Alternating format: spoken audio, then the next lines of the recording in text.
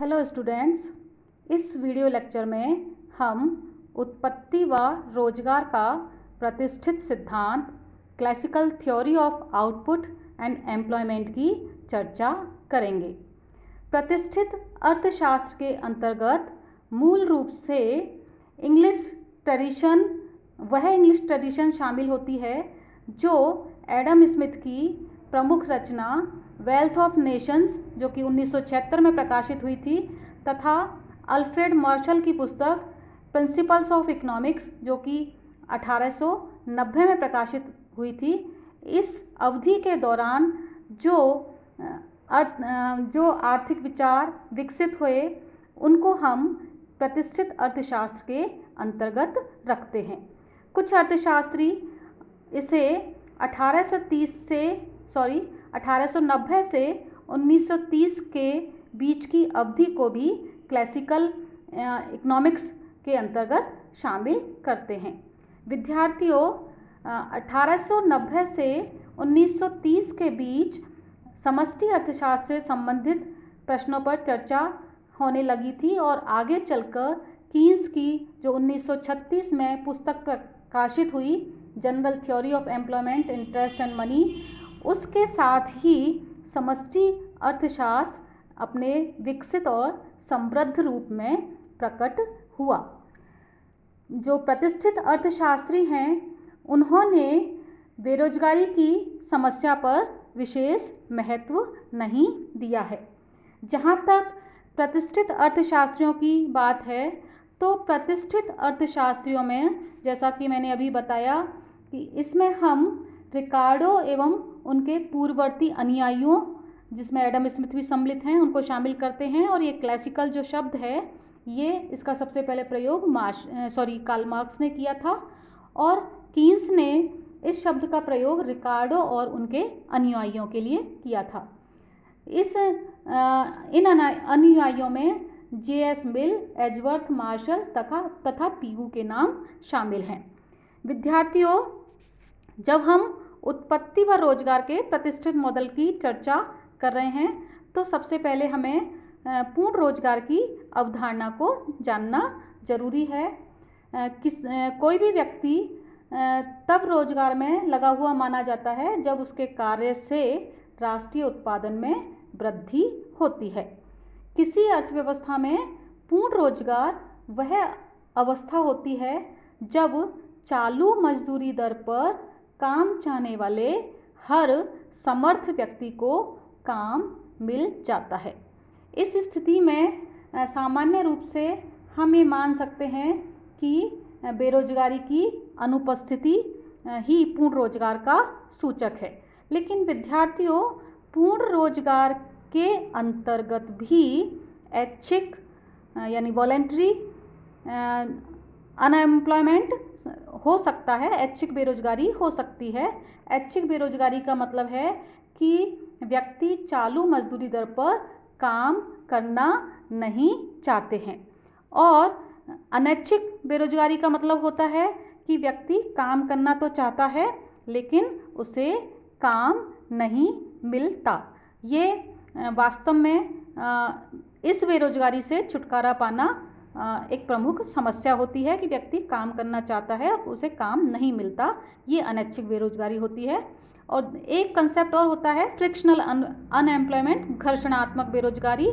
घर्षणात्मक बेरोजगारी का मतलब ये है कि जब श्रम के लिए मांग और पूर्ति के समायोजन में कुछ असुविधा होती है, यानी जब श्रम की गतिशीलता या रोजगार के संबंध में श्रमिकों को जानकारी नहीं होती, या मशीनों की टूट फूट के कारण, या कुछ विशिष्ट सेवा के लिए वांछित योग्यता का अभाव होता है, तो थोड़े समय के लिए जब बेरोजगारी होती है तो वो घर्षणात्मक या फ्रिक्शनल अनएम्प्लॉयमेंट कहलाता है।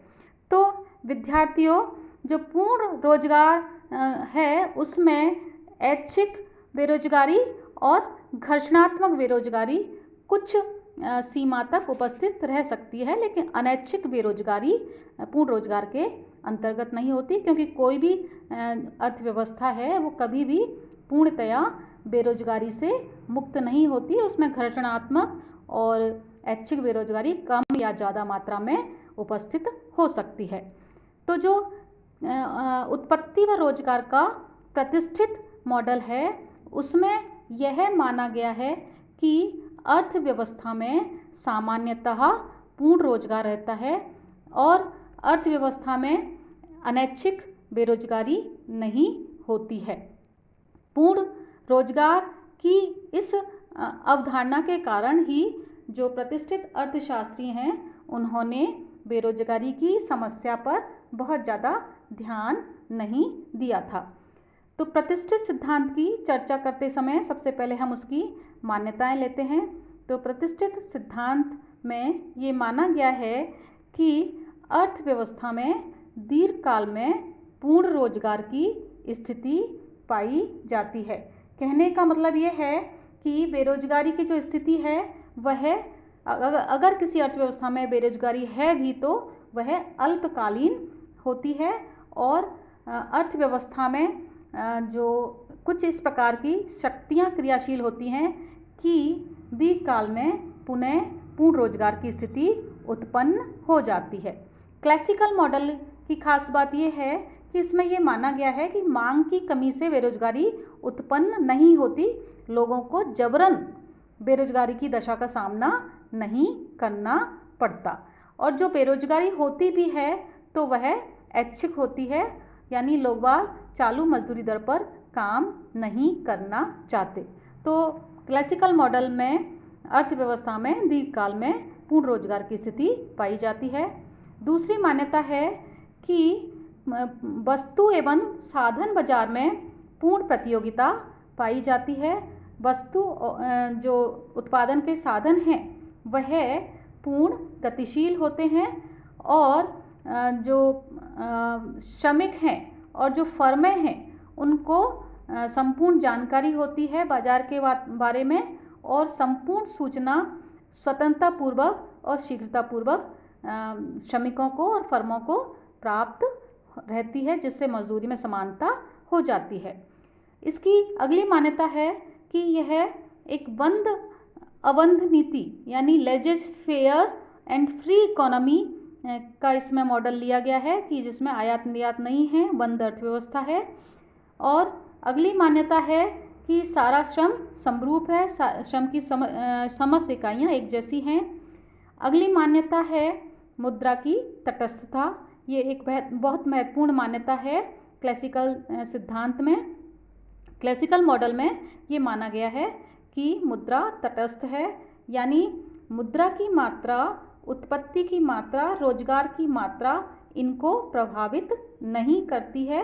मुद्रा की मात्रा केवल अर्थव्यवस्था में कीमत स्तर को ही प्रभावित करती है। राष्ट्रीय उत्पत्ति और रोजगार पर कोई प्रभाव मुद्रा की मात्रा का नहीं होता है। अर्थव्यवस्था की वास्तविक चल राशियों को यह प्रभावित नहीं करती है, क्योंकि जो प्रतिष्ठित सिद्धांत है उसमें यह माना गया है कि मुद्रा केवल विनिमय का माध्यम है, इसके माध्यम से लेन देन को सुगम बनाया जाता है। अगली मान्यता है कि मजदूरी तथा कीमतें लोचशील हैं, flexibility of wages and price.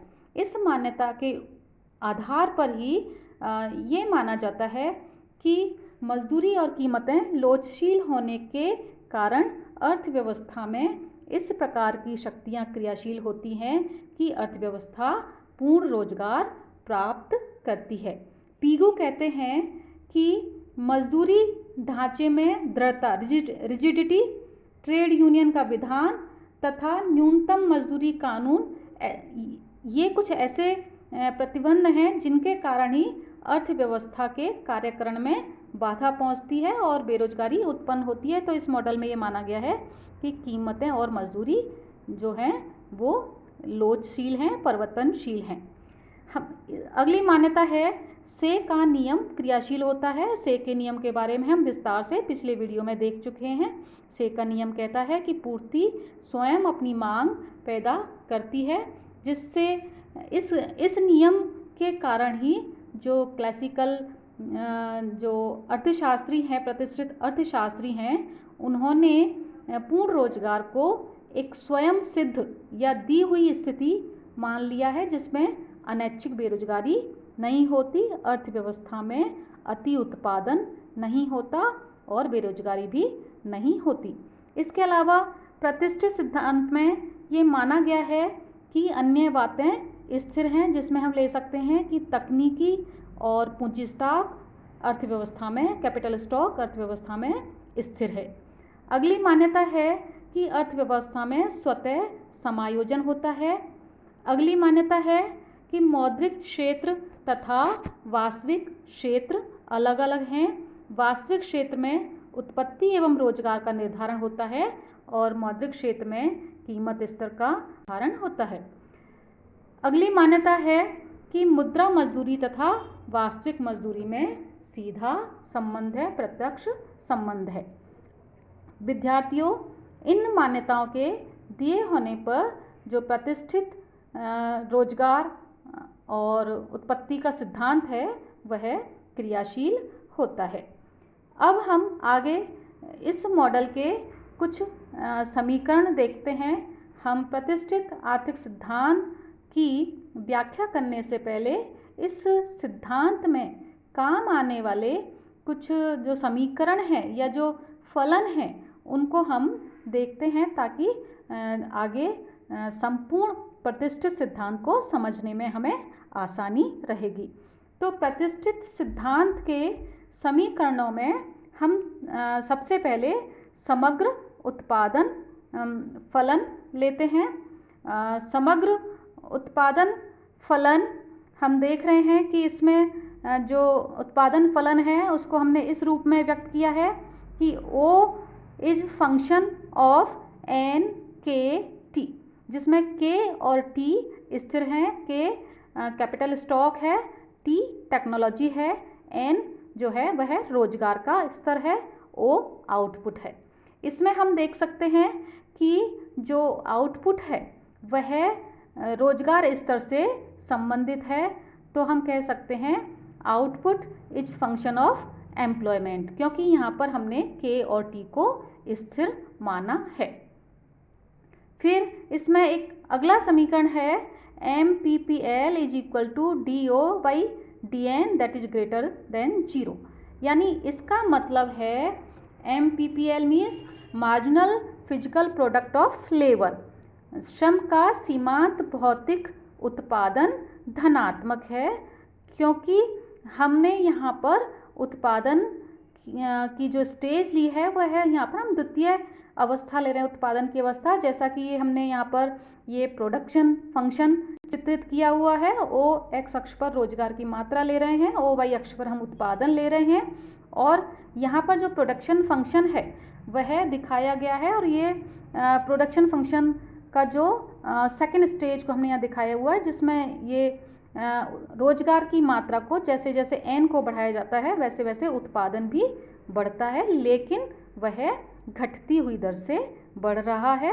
हालांकि उत्पादन और रोजगार की मात्रा बढ़ाने के साथ साथ बढ़ रहा है, तो जिसका मतलब है श्रम की सीमांत भौतिक उत्पत्ति धनात्मक है। अगला समीकरण हम देख सकते हैं वह है MPPL into P equal to W।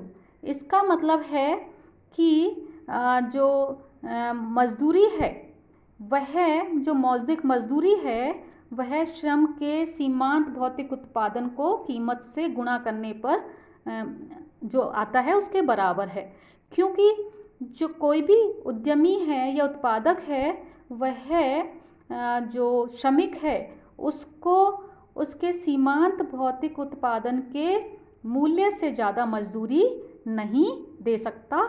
इसलिए हम इस इक्वेशन को इस रूप में भी रख सकते हैं MPPL equal to W by P। W upon P ये वास्तविक मजदूरी दर है, W मौद्रिक मजदूरी दर है, उसको कीमत से विभाजित करने पर ये W अपॉन P वास्तविक मजदूरी दर है। तो जो संतुलन की जो शर्त है वह है MPPL equal to W upon P, क्योंकि हम जानते हैं कि पूर्ण प्रतियोगिता में P equal to MR equal to MC होता है, that will be equal to W upon MPPL। तो यहाँ पर हम देख सकते हैं कि कोई भी उत्पादक श्रम को उसकी सीमांत भौतिक उत्पादकता से अधिक वास्तविक मजदूरी नहीं दे सकता। श्रम का जो सीमांत उत्पादन है MPPL, जो ये वक्र है हमने यहाँ पर इस दूसरे डायग्राम में निकाला हुआ है। OX अक्ष पर हमने रोजगार दिखाया हुआ है, OY अक्ष पर MPPL लिया गया है।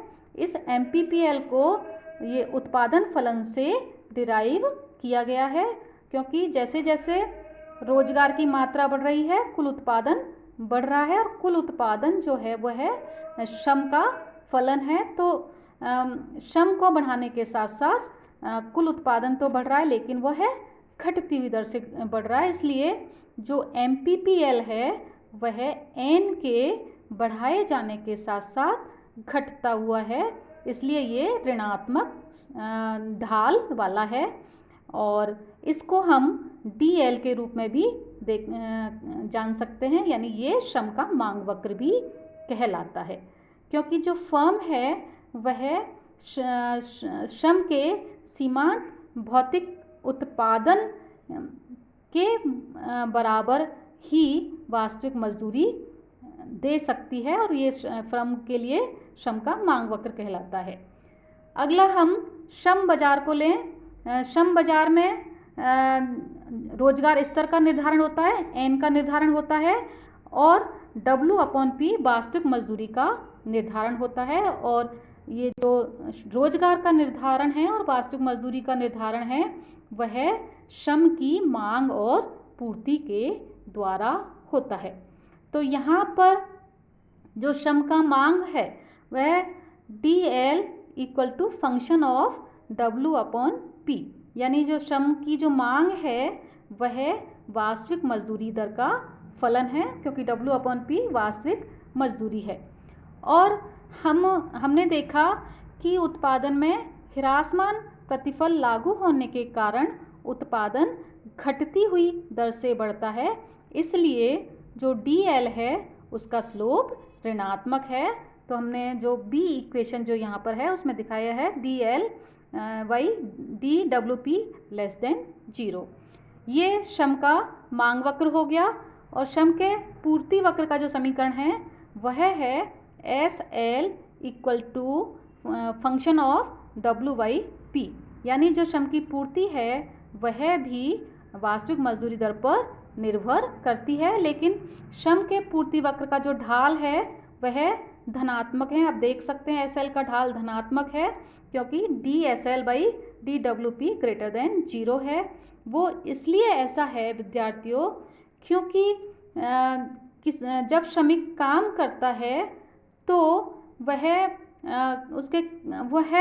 मजदूरी दर बढ़ने पर ही अधिक काम कर सकता है, क्योंकि काम करने से उसे डिसयूटिलिटी मिलती है, वह अपने आराम को भी अधिमान देता है। तो मजदूरी दर बढ़ने पर श्रम की पूर्ति बढ़ती है, इसलिए जो श्रम का पूर्ति वक्र है वह धनात्मक ढाल वाला होता है।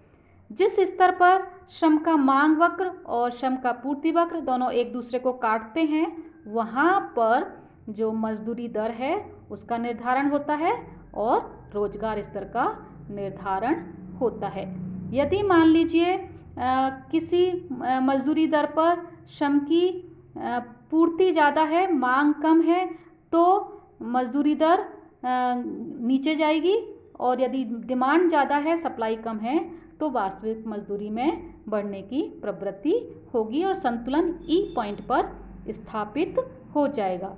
तो श्रम बाजार में संतुलन वहाँ होता है जहाँ श्रम का मांग वक्र श्रम के पूर्ति वक्र को काटता है, दोनों एक दूसरे के बराबर होते हैं। इसके बाद विद्यार्थियों हम मौद्रिक क्षेत्र को ले सकते हैं। मौद्रिक क्षेत्र का जो साम्य है, मौद्रिक क्षेत्र का साम्य हम MV = PT, जो कि फिशर का समीकरण है मुद्रा परिमाण सिद्धांत का, उससे हम व्यक्त कर सकते हैं। यहाँ पर हम जो T है उसकी जगह हम O आउटपुट भी ले सकते हैं, या आय के रूप में Y भी ले सकते हैं। तो यहाँ पर M मुद्रा की पूर्ति है, V वेलोसिटी ऑफ मनी है, P प्राइस लेवल है और टी जो है वो सौदों की मात्रा है अर्थव्यवस्था में। यदि हम ओ ले रहे हैं तो आउटपुट उत्पादन की मात्रा है और इसको हम इस रूप में व्यक्त कर सकते हैं P = MB divided by T। यानी इसमें जो वेलोसिटी है वह स्थिर है, मुद्रा की जो चलन वेग है वह स्थिर है और अर्थव्यवस्था में अल्पकाल में उत्पादन भी स्थिर है। तो इसलिए जो P है वह मनी सप्लाई पर निर्भर करेगा। मुद्रा पूर्ति बढ़ने पर कीमत उसी अनुपात में बढ़ जाता है और हमने इस डायग्राम में दिखाया हुआ है। मुद्रा पूर्ति OX अक्ष पर है, OY अक्ष पर कीमत स्तर है और ये 45 डिग्री की लाइन बता रही है कि मुद्रा पूर्ति जिस अनुपात में बढ़ती है कीमत स्तर उसी अनुपात में बढ़ जाता है। मौद्रिक क्षेत्र का जो साम्य है वह MS = MD यानी money supply = demand for money है और जो MB पार्ट है इस इक्वेशन का, मुद्रा परिमाण सिद्धांत का जो फिशर इक्वेशन है उसका MB पार्ट मनी सप्लाई को व्यक्त करता है और PT डिमांड फॉर मनी को व्यक्त करता है। ये मौद्रिक क्षेत्र है। मौद्रिक क्षेत्र क्लासिकल मॉडल में ये माना गया है कि जो मुद्रा पूर्ति है वो केवल कीमत स्तर को निर्धारित करती है, उत्पत्ति और रोजगार की मात्राओं को प्रभावित नहीं करती है। प्रतिष्ठित सिद्धांत में जो अगले और समीकरण हैं बचत निवेश संतुलन से संबंधित हैं, जिसमें ये माना गया है कि बचत है वह ब्याज दर का फलन होती है और ब्याज दर बढ़ने के साथ साथ बचत बढ़ती है, जो कि हमने इस समीकरण में भी हमें दिखाया हुआ है DS/DR > 0 और हमने यहाँ पर ये बचत फलन बताया हुआ है SS, ये बढ़ती हुई ढाल, ये धनात्मक ढाल वाला है और जो निवेश है वह भी ब्याज दर का फलन है और निवेश ब्याज दर और निवेश में ऋणात्मक संबंध है DI/DR < 0। ये अगला समीकरण है या अगला फलन है, हम इसको कह सकते हैं। हमने निवेश फलन यहाँ बताया हुआ है II, ये निवेश फलन है यानी ब्याज दर घटने पर निवेश की मात्रा बढ़ती है और अर्थव्यवस्था में संतुलन के लिए बचत और निवेश बराबर होते हैं I = S और बचत और निवेश की जो समानता है वह ब्याज दर परिवर्तनों के माध्यम से आती है।